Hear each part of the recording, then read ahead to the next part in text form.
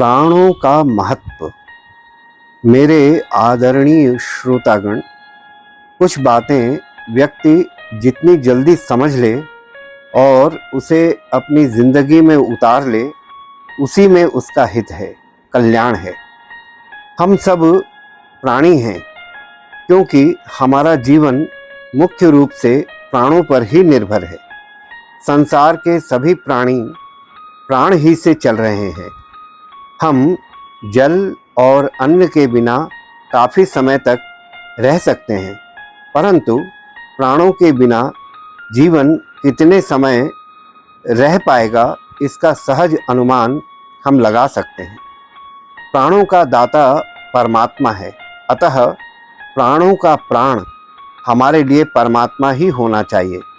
अथर्ववेद 11:4-1 में मंत्र आता है, ओम प्राणाय नमो यस्य सर्वमिदं वशे यो भूतः सर्वस्येश्वरो यस्मिन् सर्वं प्रतिष्ठितम्।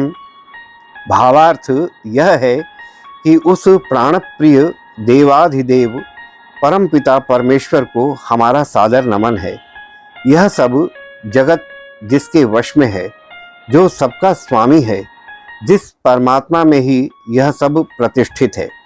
इसी भूमिका के साथ ही हम प्राणों का महत्व पर छांदोग्य उपनिषद से एक प्रेरणादायक कहानी आपके लिए लेकर प्रस्तुत हैं। ध्यान से सुनिए। हमारे शरीर में आत्मा है, बुद्धि है, हृदय है, मन है, इंद्रियां हैं। मेरे सुधी श्रोतागण, कहानी कुछ इस प्रकार है कि एक बार इंद्रियों और प्राणों में इस बात पर विवाद हो गया कि हम में कौन श्रेष्ठ है। हर एक स्वयं को ही श्रेष्ठ बतलाना चाह रहा है। अहम श्रेयान, अहम श्रेयान, मैं श्रेष्ठ हूँ, मैं श्रेष्ठ हूँ। अब निर्णय कैसे हो? तो वे सब प्राणी जगत के पिता प्रजापति के पास गए और बोले कि भगवान, हम में कौन श्रेष्ठ है? प्रजापति ने बड़ी सरलता से उत्तर दिया कि तुम में से जिसके निकल जाने पर यह शरीर अत्यंत दीनहीन दुर्दशा घृणित अवस्था को प्राप्त हो जाए, वही तुम में श्रेष्ठ है। तो पहले वाणी बाहर निकल गई, साल भर बाहर रहकर लौटी और अन्य इंद्रियों से बोली, मेरे बिना कैसे जीवन निर्वाह हुआ? उन्होंने उत्तर दिया, जैसे गूंगे बिना बोले प्राण द्वारा प्राण लेते, चक्षु द्वारा देखते, श्रोत्र से सुनते और मन से विचार करते हैं, ऐसे ही हम भी रहे। वाणी अपनी यथार्थता समझ गई और शरीर में प्रविष्ट हो गई। फिर चक्षु बाहर निकल गए, साल भर बाहर रहकर लौटे तो अन्य इंद्रियों से बोले, हमारे बिना कैसे बीती? उन्होंने उत्तर दिया, जैसे अंधे बिना देखे प्राण द्वारा प्राण लेते, वाणी द्वारा बोलते, कानों द्वारा सुनते और मन द्वारा विचार करते हैं, ऐसे ही हम भी रहे। चक्षु अपनी यथार्थता समझ गए और शरीर में प्रविष्ट हो गए।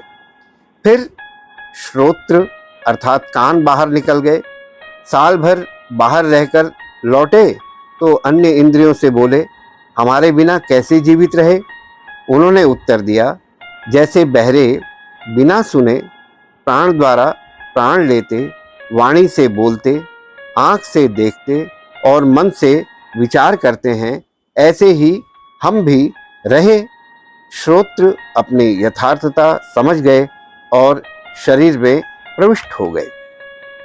फिर मन बाहर निकल गया, साल भर बाहर रहकर लौटा तो अन्य इंद्रियों से बोला, मेरे बिना कैसे बने रहे? उन्होंने उत्तर दिया, जैसे बालक सोचते विचारते नहीं, परंतु प्राण से प्राण लेते, वाणी से बोलते, नेत्र से देखते और श्रोत्र से सुनते हैं, वैसे ही हम भी रहे। मन भी अपनी हैसियत समझ गया और शरीर में प्रविष्ट हो गया। अब जब प्राण निकलने को उद्यत हुआ तब उसने दूसरे प्राणों अर्थात इंद्रियों को इस तरह उखाड़ दिया जैसे खूंटे से बंधा हुआ एक उत्तम घोड़ा दौड़ने लगे तो खूंटों को उखाड़ फेंके।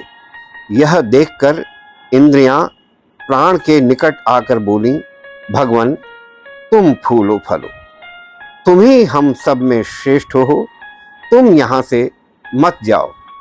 तब वाणी कहने लगी, मैं क्या वशिष्ठ हूँ, तुम ही वशिष्ठ हो। चक्षु ने कहा, मैं क्या प्रतिष्ठा हूँ, तुम ही प्रतिष्ठा हो। श्रोत्र ने कहा, मैं क्या संपदा हूँ, तुम ही संपदा हो। मन ने कहा, मैं क्या आयतन हूँ, तुम ही आयतन हो।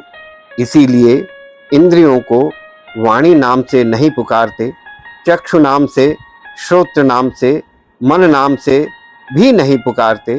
तभी इन सब इंद्रियों को प्राण ही नाम से पुकारते हैं, क्योंकि वही ज्येष्ठ है, श्रेष्ठ है, वशिष्ठ है, संपदा है, आयतन है।